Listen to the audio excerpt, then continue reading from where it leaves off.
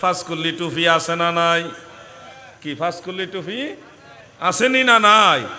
ফাঁসকল্লি টুপি এটা কিন্তু নবীজির জামানায় ছিল না, সাহাবীদের জামানায়ও ছিল না, তাবিঈদের জামানায় ছিল না, এমনকি চার মাযহাবের ইমামদের জামানায়ও ছিল না। তরিকতের কোন ইমাম ফাঁসকল্লি টুপি পড়ে নাই। পরবর্তীতে আমাদের কিছু আলেম সমাজের এক শ্রেণীর লোকেরা তারা নিজেরা গবেষণা করছে, ফাঁস কালেমা, ইসলামের বেনা ফাঁসটা, এই ধরনের পাঁচটা মিলাইয়া ওনারা ফাঁসকল্লি দিয়ে টুপি বানাইছে নিজেরা গবেষণা কইরা। যেই জিনিস নবীর জামানায় ছিল না, সাহাবীদের জামানায় ছিল না, ওইটা যদি বেদাত হয়ে যায় তাহলে ওই সংজ্ঞা অনুযায়ী ওনাদের ফাঁসকল্লি টুপিও তো বেদাত হয়ে যায়। কলেমা কি ফাঁসটা নি? কলেমা ফাঁসটা নি? মূলত হলো কালিমা চারটা কিংবা ছয়টা, কথা বলছেন, 4 কিংবা 6 কলেমা। আর 5 কলেমা এটা হলো মৌখিকভাবে প্রসিদ্ধ, মশহুর হয়ে গেছে। আর ইসলামের বেনা 5টা, ওইটা ঠিক আছে, বুনিয়াল ইসলাম আলা খামসিন, ইসলামটা হলো 5টা খুঁটির উপরে প্রতিষ্ঠিত। তো কালিমা মানে ঈমান, নামাজ, রোজা, হজ, যাকাত।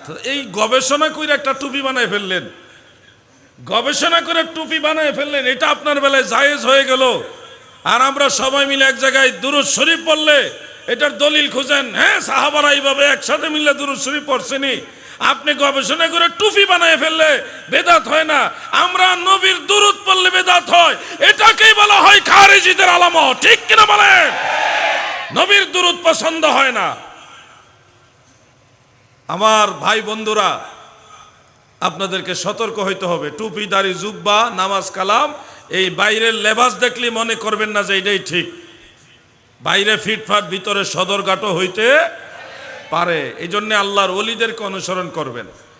চালাও মোদের সে পথে, যে পথে তোমার প্রিয়জন গেছে চলি।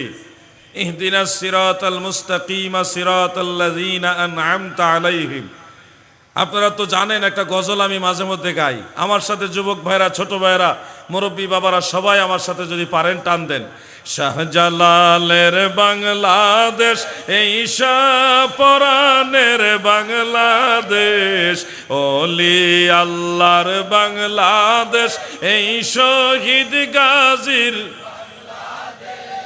রহম করুন আল্লাহ, রহম করুন আল্লাহ। আপনার পথে শহীদ যারা, আপনার পথে শহীদ যারা, আমরা তাদের বংশধর, রহম করুন আল্লাহ, রহম করুন আল্লাহ। ওলি আল্লাহর বাংলাদেশ, এই শহীদ গাজীর, বলুন শাহজালালের বাংলাদেশ, এই শাহপরানের কবুল করুন আল্লাহ, রহম করুন।